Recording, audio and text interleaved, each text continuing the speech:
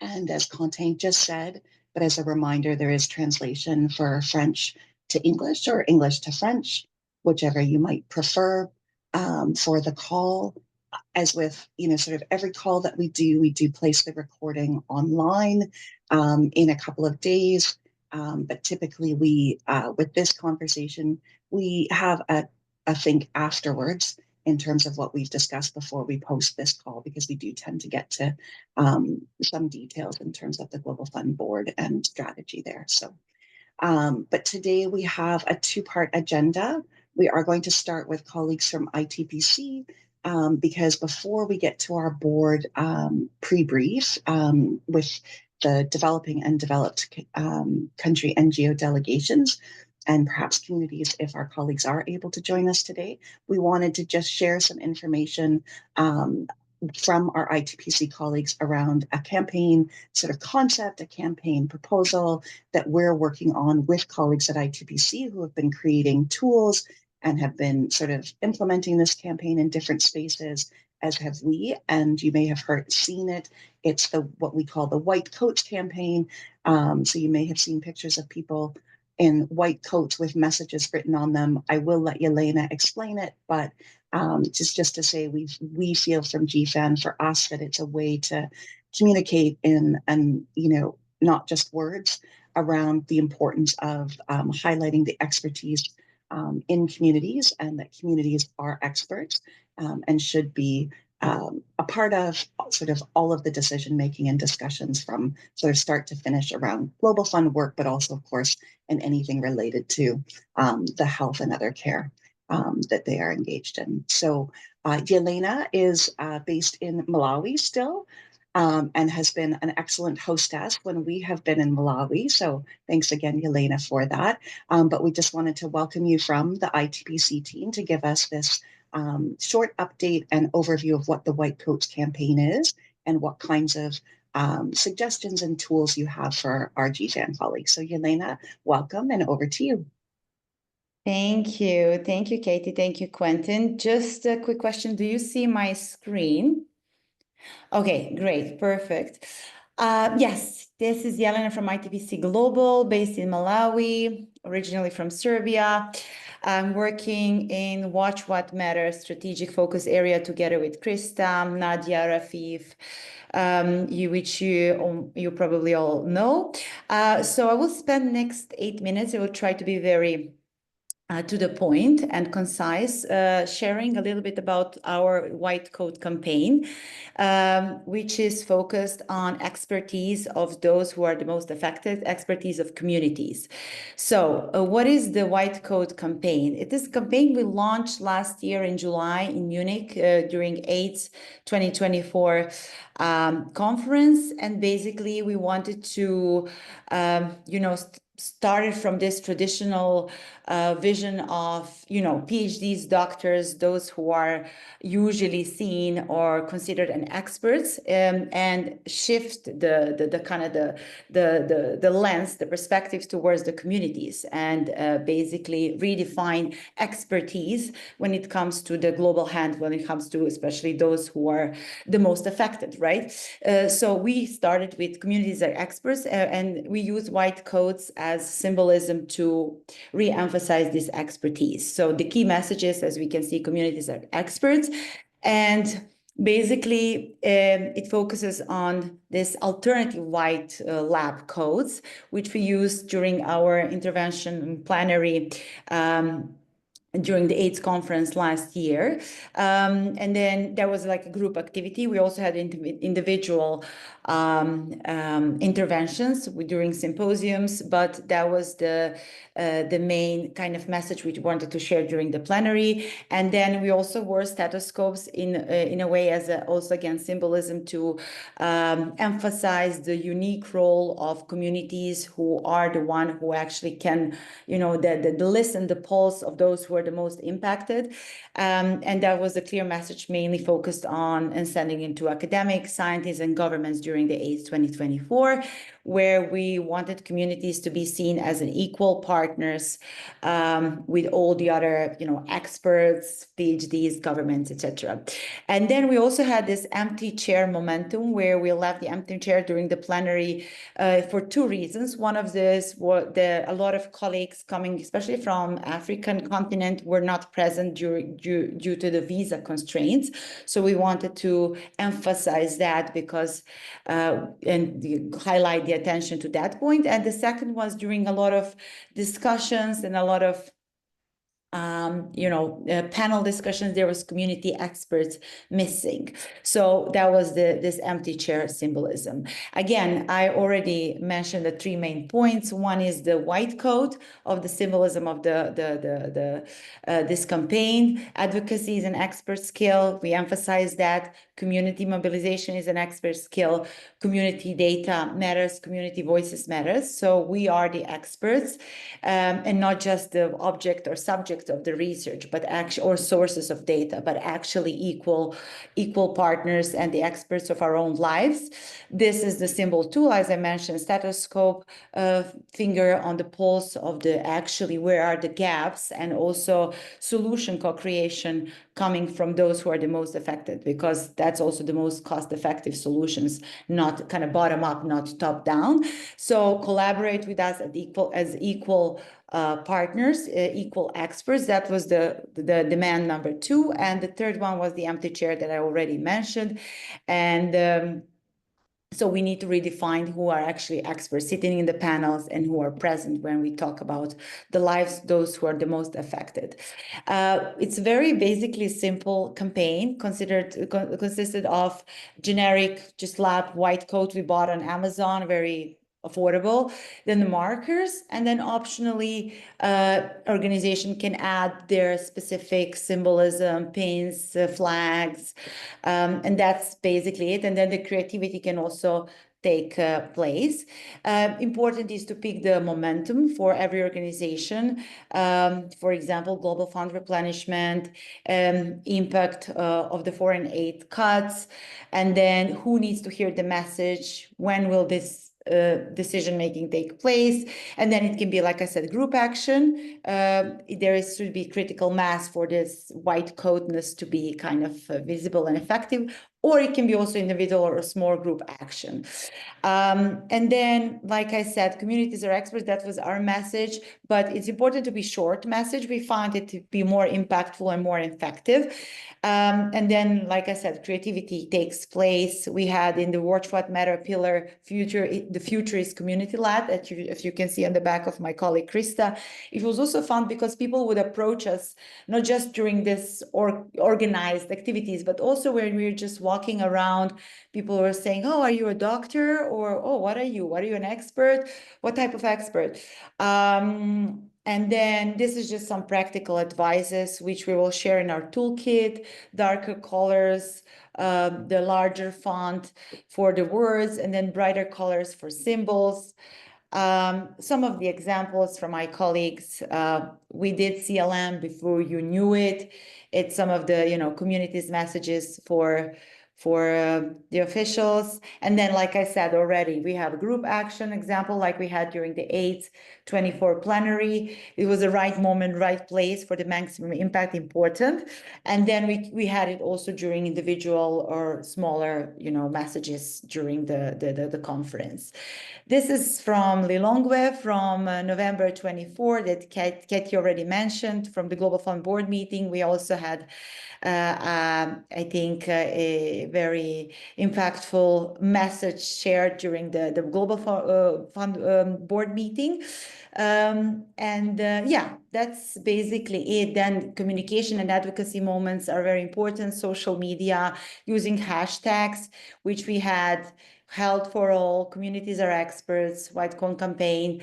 And then I just wanted to share, like we already mentioned, we are creating this White Code campaign toolkits. Again, very simple, very straightforward, with some practical examples I already shared here, to be finalized and distributed shortly, I think before your board meetings. And we also suggested some of the opportunities for a campaign in 2025.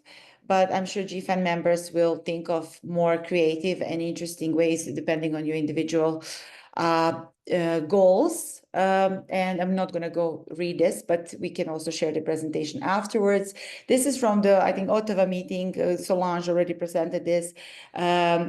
Basically, it's important more than ever, especially having in the mind all the human rights violations and the way the world is going, to kind of highlight the importance and expertise of the communities and reaffirm the voices of those that are most affected by all the consequences of the global politics. And some of the questions for discussion: how can we highlight the campaign, how to maximize the impact, where should we deploy it, and how can it make it more visible? So this is the final slide. I'm aware that this is an important meeting where you need to talk about other important strategies. So this will be the end from this presentation. I hope it was clear and not too fast. Thank you. Thank you, Yelena. Our translators may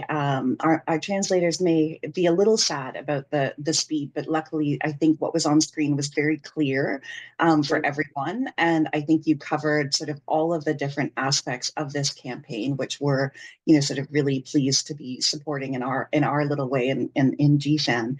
And so I would just open it up for discussion and questions to anyone that has questions for Yelena.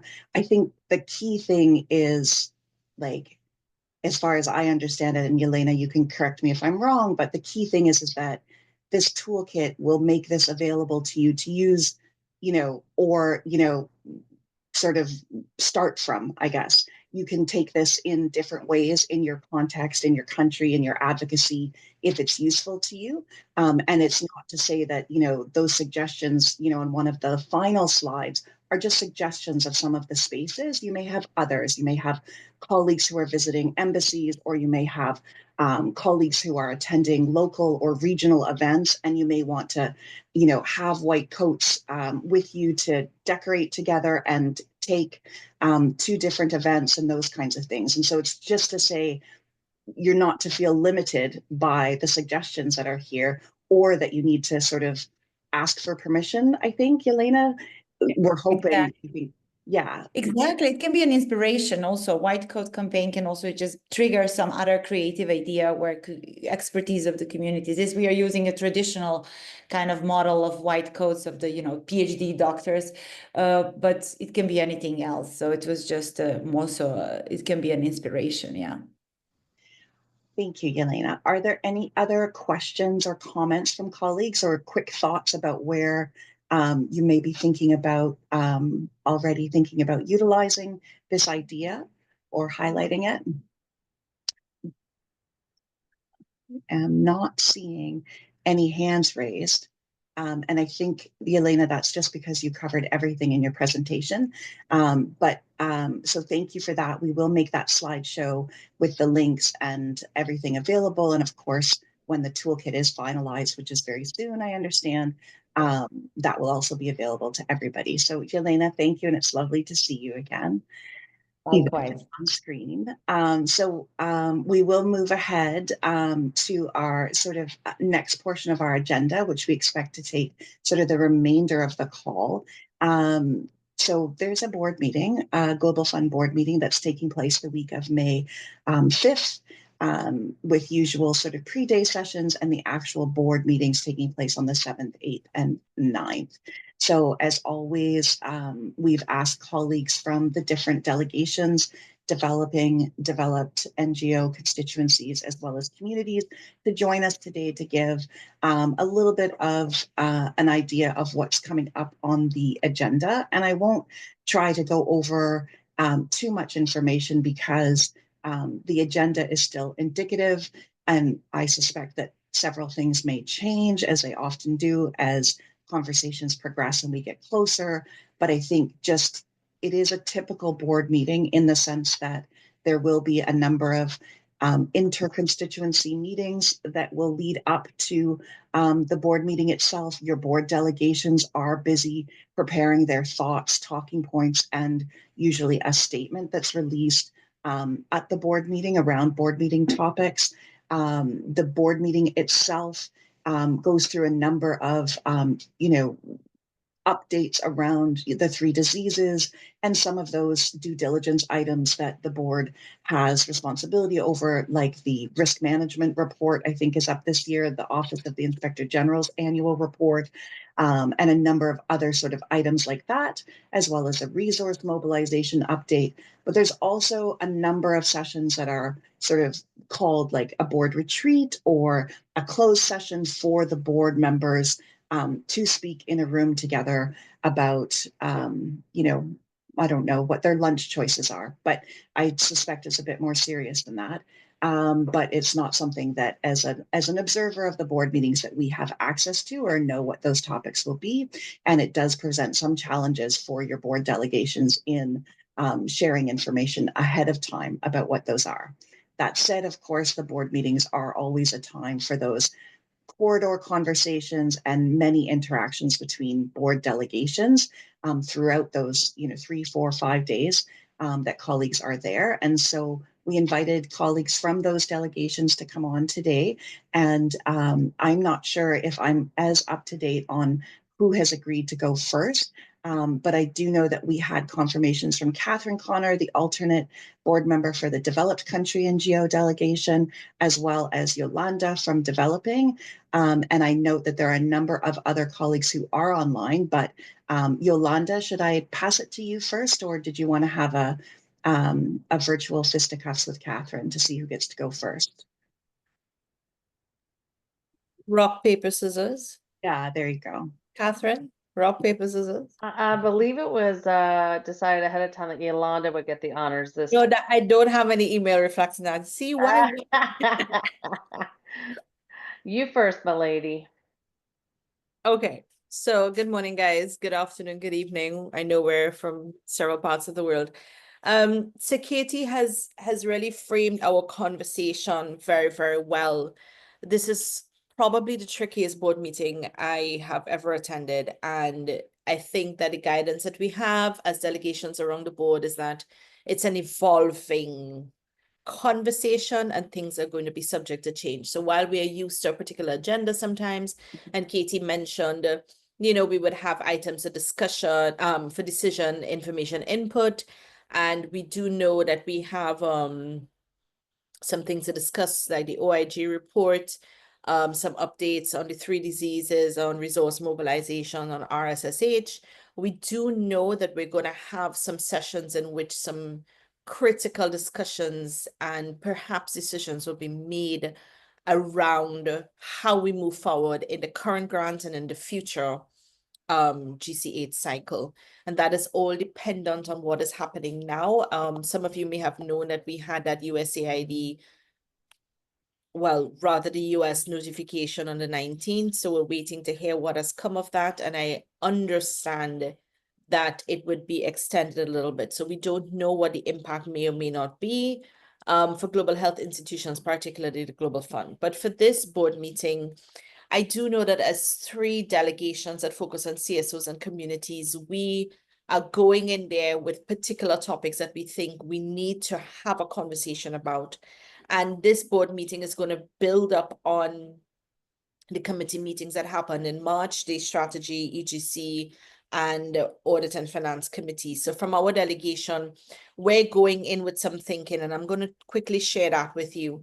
Of course, to underscore the urgent need for us to continue renewing financial commitments and political will, and to stay on track with meeting our global health targets, and remembering also that we have communities at the center of our model, and no matter what is happening around us, how do we protect our communities and CSOs and make sure that they are included in every single conversation. We also need to have a hardcore conversation about how do we ensure that all the essential areas and grants are protected and strengthened even while we have our declining contributions, not just from potentially from Global Fund, but also from other key donors, because remember, Global Fund is just one donor that contributes to a national health response when it comes to the 3 diseases. And again, we continue to see the rise in anti-rights and anti-gender movements, continue shrinking spaces of society and communities. The inequities are widening. So, and we see how much our key populations are at risk. So we need to talk about protecting our communities and our key populations. From our end, our delegation is looking to discuss as well how, as a fund, we can resist political and financial pressures that are threatening human rights and gender equality, and also putting at risk all of the work that we have done on the ground, and putting at risk the life of CSOs and communities. We also need to have some hard conversations as we talk about Grand Cycle 8, about financial sustainability. What would that mean? How are the pledges coming? What strategies are being used to secure these pledges? What are the conversations that are happening? And that we have to look at financial sustainability in a different way now in the architecture that we're in, because financial sustainability cannot come at the cost of justice and human rights and gender equality, and the cost of community supporting responses in the countries. And we have to discuss that, because we're seeing where CSOs and communities are not being involved in the response, and therefore it's having an impact on the people that we serve. And I think the last thing that I would throw in there as well from my end personally is having a better understanding of what essential programming would mean, because whatever the financial landscape will be, whatever the result would be in terms of how the replenishment goes or how the pledges go, whatever decisions we have to make to current and future programming would be centered around essential, the definition of essential programming, and what does that mean for Global Fund, and how do we have a discussion around that so that we ensure that we continue to keep communities at the center, we continue to save lives and leave no one behind, and we are doing the best that we can within the Global Fund model and the strategy that we have.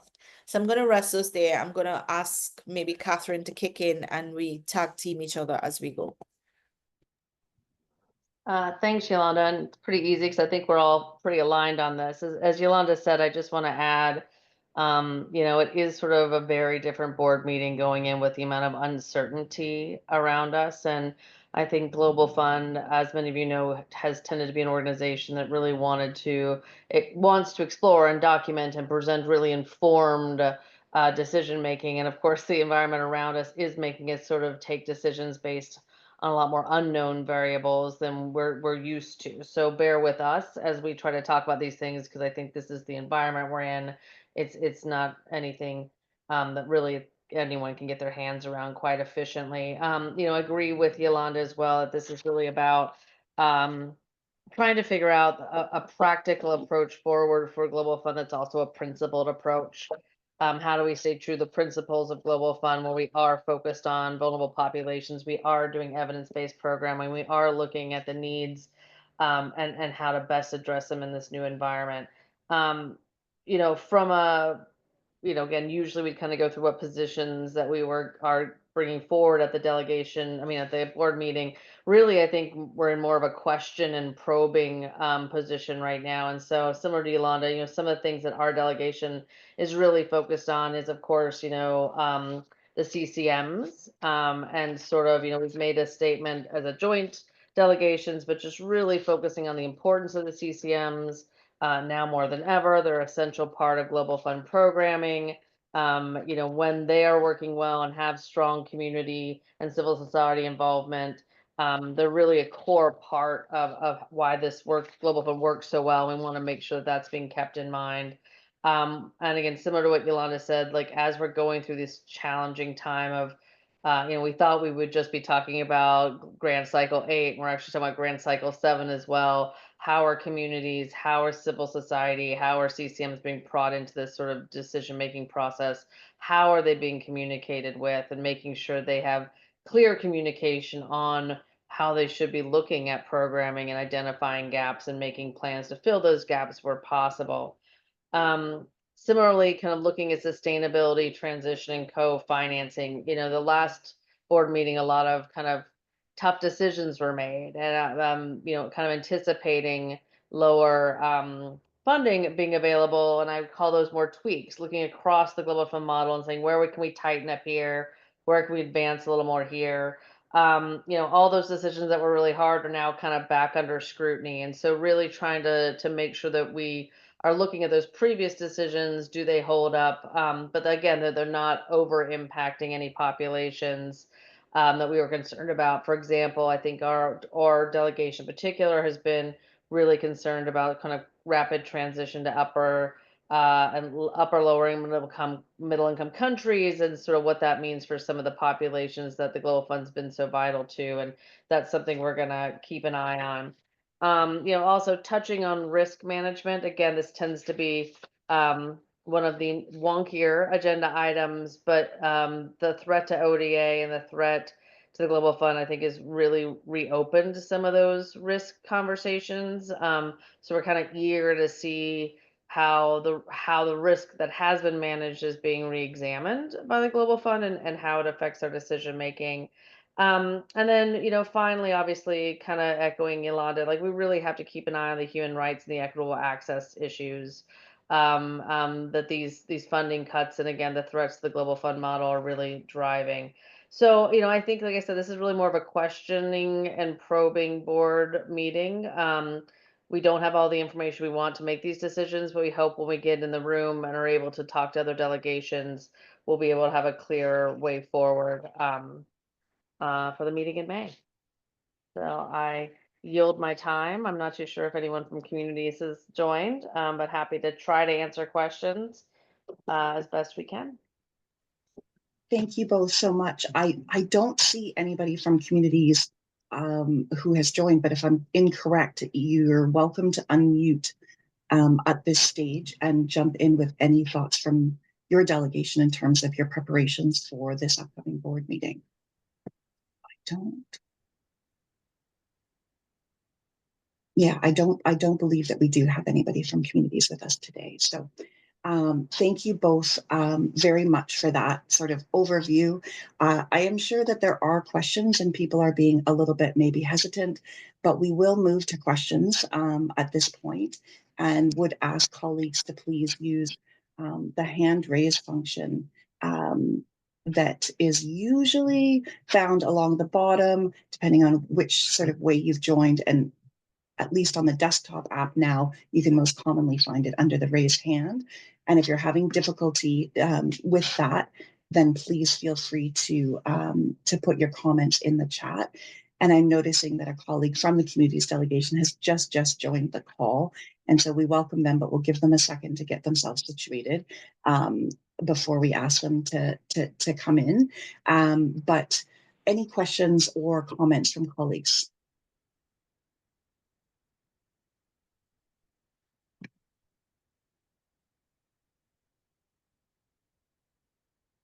That seems unlikely. There we go.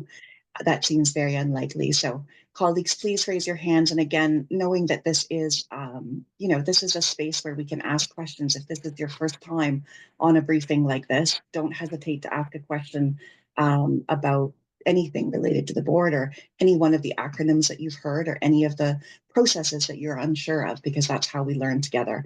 But Aman, I'll pass it to you for your question, and watch the chat and for other hands raised. So Aman, please go ahead. Thank you so much, Katie. Actually, it is not a question. It's a kind of a comment.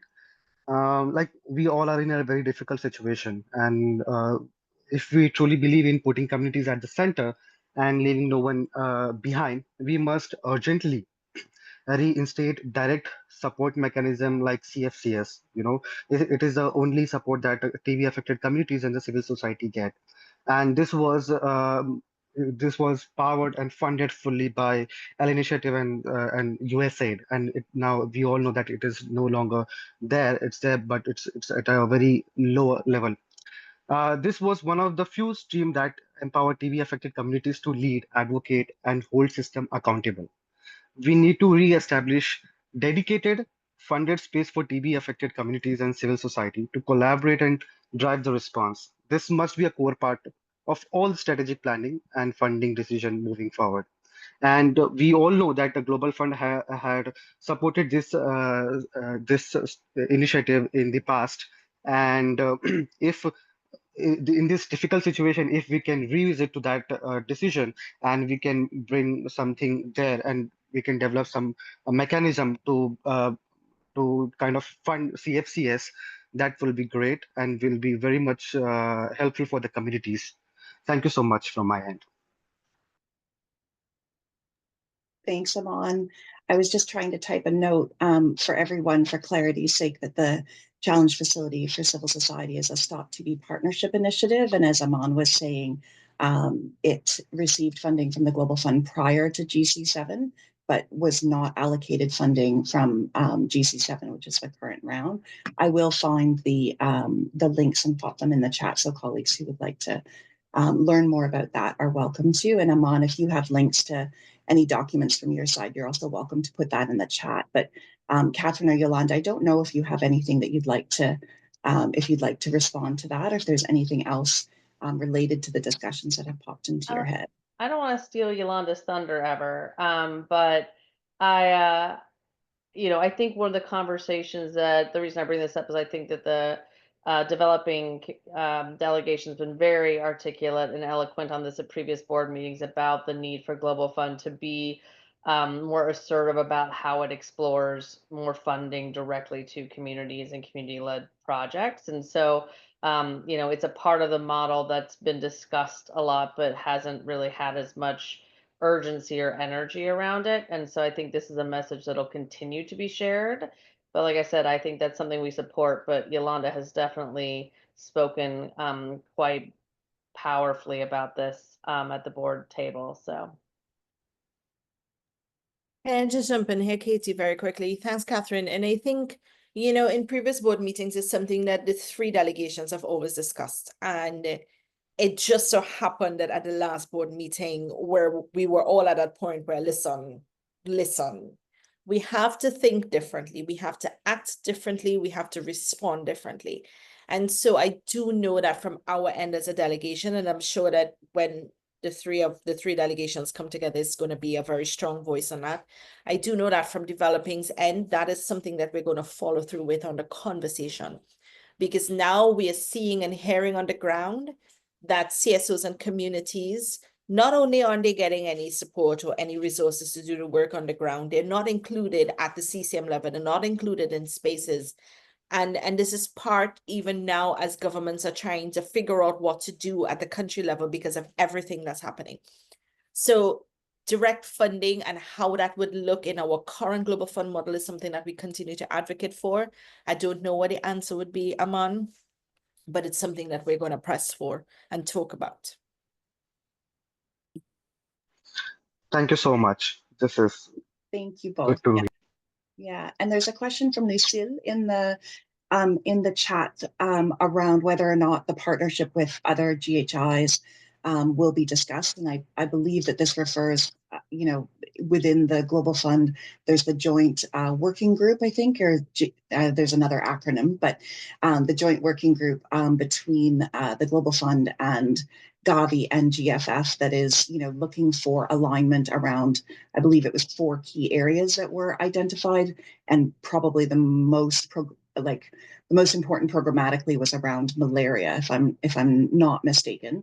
But I haven't seen whether or not that's a main feature of the conversations, although I expect, like in the disease updates, but also probably when there's reflections on this current round that may come up. But Catherine or Yolanda, I'm not sure if there's anything further you can share about whether this is coming up formally or probably in sort of side conversation. Yeah, I was gonna say, I don't believe there's anything on the formal board agenda, but I'm happy to be corrected. I do expect, that there is right now on the schedule a board retreat. That's a very short board retreat that could come up there because obviously as we're discussing the kind of financial constraints we're facing, one of the ways that the Global Fund has been trying to be more efficient even before all this, and at the behest of a lot of the donors, was working with these other GHIs. So I suspect we'll get more updates on that what they've been working on, if there's anything new that comes up. But again, most of this has been underway in sort of a stepwise approach.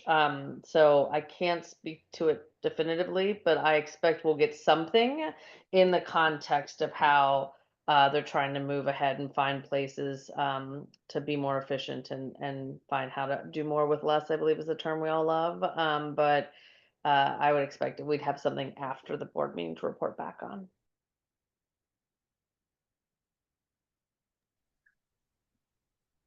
That's great. Are there any other questions or comments?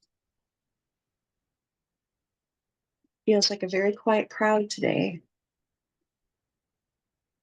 Kind of adding a note that there will be discussions around market shaping and procurement, and in terms of aligning with and coordinating with other GHIs. Kind of, you're welcome to unmute yourself and jump in on that if you'd like. But also, looking to other colleagues, there's a number of other sort of, processes and so on that are underway, and colleagues from who support your board members and alternates, like Catherine and Yolanda here, do sort of participate in various committees. And I'm like, I don't want to speak out of turn. I believe it's public information about the recent, it's not public information. Yolanda's like looking like I shouldn't talk about this, but there will be soon announcements, probably at the board, about new leadership and membership of the committees of the Global Fund Board. And so typically the 3 delegations that we work with from GFAN the most do have representation from at least one of communities developed or developing on each of the committees of the Global Fund, like the Strategy Committee or the Audit and Finance Committee. And so that list will be made public probably after it is at or after the board meeting, if it hasn't already, and I'm misspeaking. But that's, sort of one of those sort of core sort of functions, but it has a real impact in terms of colleagues joining, new colleagues in some cases joining committees. And we'll take an opportunity perhaps at the next call for one of these to make sure that we share who those colleagues are when it is public. So are there any other colleagues who wanted to jump in with a question, a comment, or any other information around board processes? Conte, go ahead, please. I'm taking the opportunity of a quieter crowd to jump in. This is for both Catherine and Yolanda. Do we know whether the disease updates are going to include some preliminary estimate of the impact of the US freeze on Global Fund programs? Like, do we know what period is going to be covered during the update? I don't know actually, and that might just be because I haven't seen something in my inbox, but I'm not sure. Because as I said, the conversations thus far with the Secretariat have been that they're trying to ascertain the gaps and what needs to happen and how it's affecting by disease, but I don't know how far along that is, nor, I hate to say this, how accurate it is, just because for those of you who've been experiencing the US freeze, it's been a little chaotic on what is frozen and unfrozen at any given moment. But that is starting to settle a little bit. So I'm going to give this a maybe, but I don't have any clarity on that. I can't imagine they wouldn't give something, but will it be in depth, and how in depth? I just don't have a sense. But Yolanda or others may have had other conversations since the last ones I've been involved in. Quentin, can you ask the question one more time? Sorry, I was slightly distracted, slightly. No worries. Just whether we know if the disease updates are going to cover the period of the US freezes, whether we'll get whether there'll be an update from the Secretariat on the impact of those freezes. I don't know. I suspect it may come up in conversation. I know that what is happening right now is that the Global Fund Secretariat are still figuring out what's happening on the ground. And everybody has pieces of information, but I don't think we have one clear picture. And so we don't know what's going to be said. Maybe by that time they have a clearer picture to be able to present to us. I don't know how to answer the question at the moment. hopefully it comes out in the, I see a very interesting comment in the chat. If the US are attending the board meeting, I wonder how the Global Fund is going to frame this conversation. Whew. Okay, I'm going to mute myself now. Well, that's fair. I mean, I think we have had some expectations and informal notice that there was expected to be somebody from the US who would be attending and who that would be. And Catherine, maybe you have more information on that.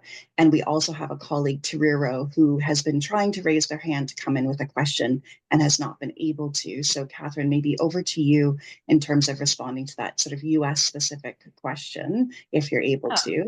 I'm not able to, but I can say, I mean, we do anticipate the US would be there. I think the challenge is that they, believe it or not, the Trump administration is still relatively new. It doesn't feel that way, and a lot of the leadership positions have not been totally determined yet. So in some ways, there's still acting leadership that's involved in, or even temporary leadership that's being involved in a lot of decision making right now. So again, like there's no new head of PEPFAR yet. There's no PMI, obviously, who has also participated in meetings before. So I think you can anticipate that there will be U.S. participation. It may not be at the leadership level that's been there in the past because those posts have not been filled or are uncertain at this point.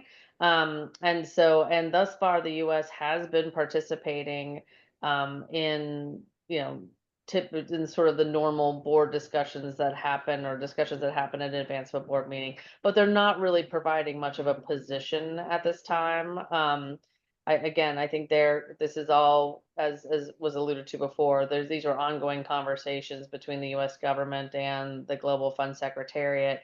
And so that has not been brought to the greater board table, at least to my knowledge yet. So we do anticipate them to be there. I think they are still trying to act as open participants and actors in the global fund structure, but I think that decision making, the lack of formal final decision making on the US side, is sort of impeding their ability to participate as they have previously.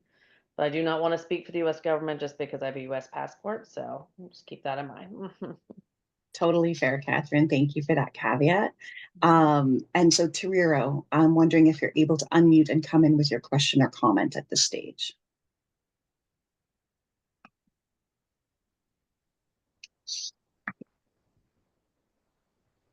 Hello. Hello.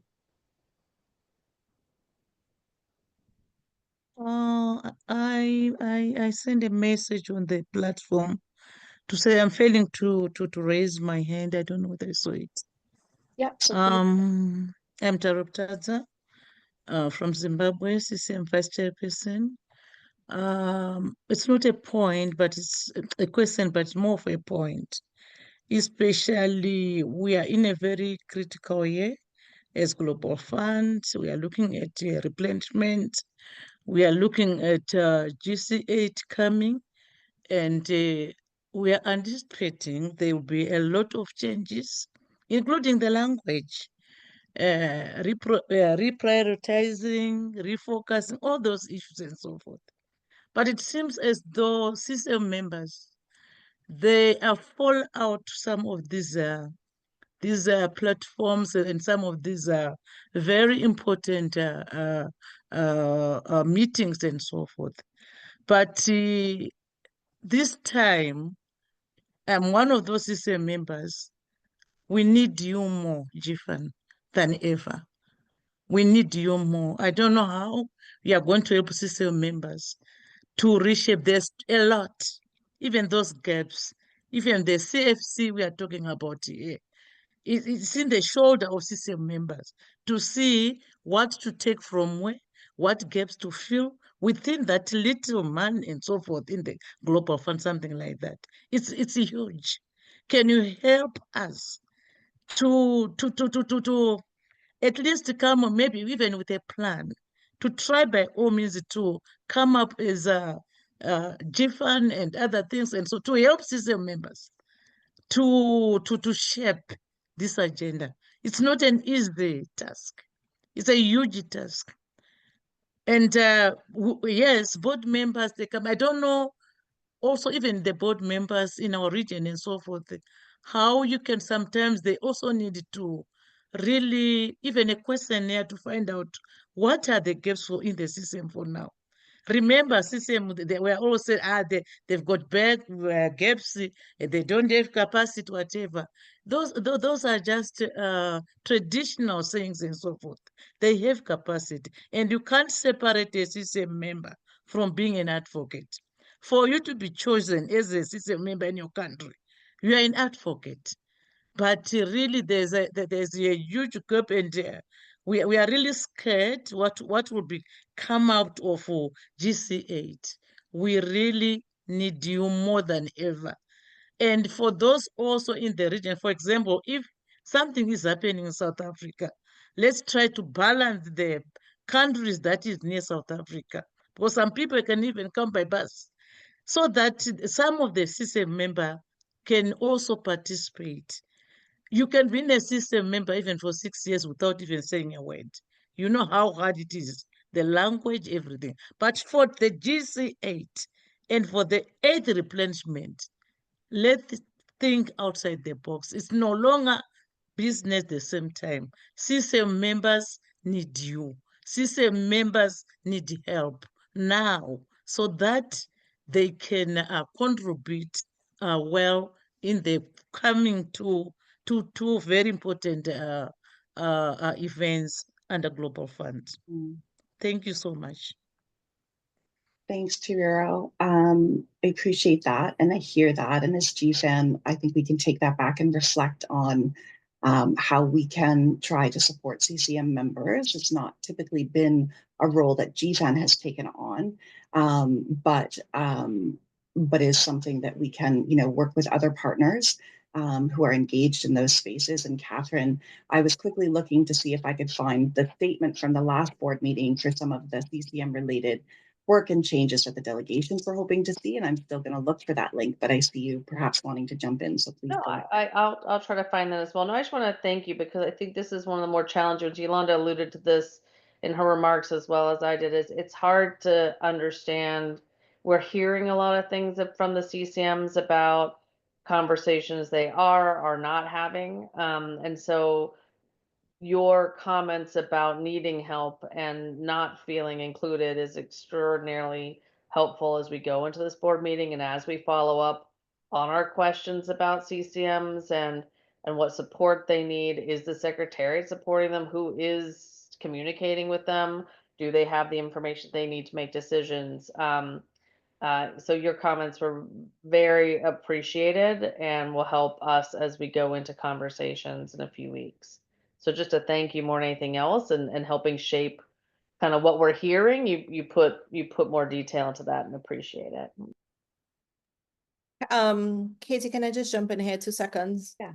I also want to echo Catherine. It takes a lot of guts to be able to come up and share that, and we appreciate it. I do know that as a delegation and our conversations that we've been having since all of this erupted is what is happening with the CCMs, what is happening at the CCM level, who are you engaging, those kinds of things. One of the things I will say, because it just triggered in my head, is that our delegation is having our retreat prior to the board meeting, in which we are going to be discussing a lot more of this. And I do know that we have members that represent different regions. So you may be hearing from some of our members soon, because part of that is understanding what is happening at the CCM level in country and in regions in which we represent. So someone may be reaching out to you to better understand what's happening there.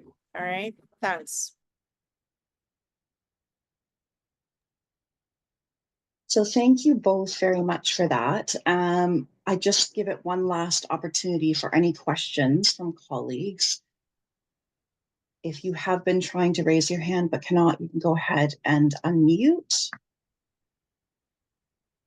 But not seeing anybody, I think we'll give colleagues, like 8 or 9 minutes back in your day here on your calendars, which is usually appreciated. And just to say again that we will be attending the board meeting. Conte and I will be attending on behalf of GFAN And I will be participating in the developed country NGO delegation deliberations as a member ahead of that. But just to say that following the board meeting, we do try to produce a report that gives you sort of a decent readout, respecting the confidentiality sort of rules that the board does have. But we do try to give you a fairly decent readout of key items that were under discussion. And we share that, through our listserv and on our website. And also typically invite the delegations to join us again for a call 2, 3, 4 weeks after the board meeting, so that we can do a bit of a debrief as well. So there are other opportunities to get more information through here, but also, as I think Yolanda was just pointing out, there is probably going to be a few emails coming out of delegation members and leadership trying to get last minute information on key topics. So keep an eye out for any of those. And Conte, am I missing any other sort of final reminders or points before we wrap up the call? I do not think so. I think that covers it. We will not have a call in 2 weeks because we will be attending the board in Geneva. And I think that is all.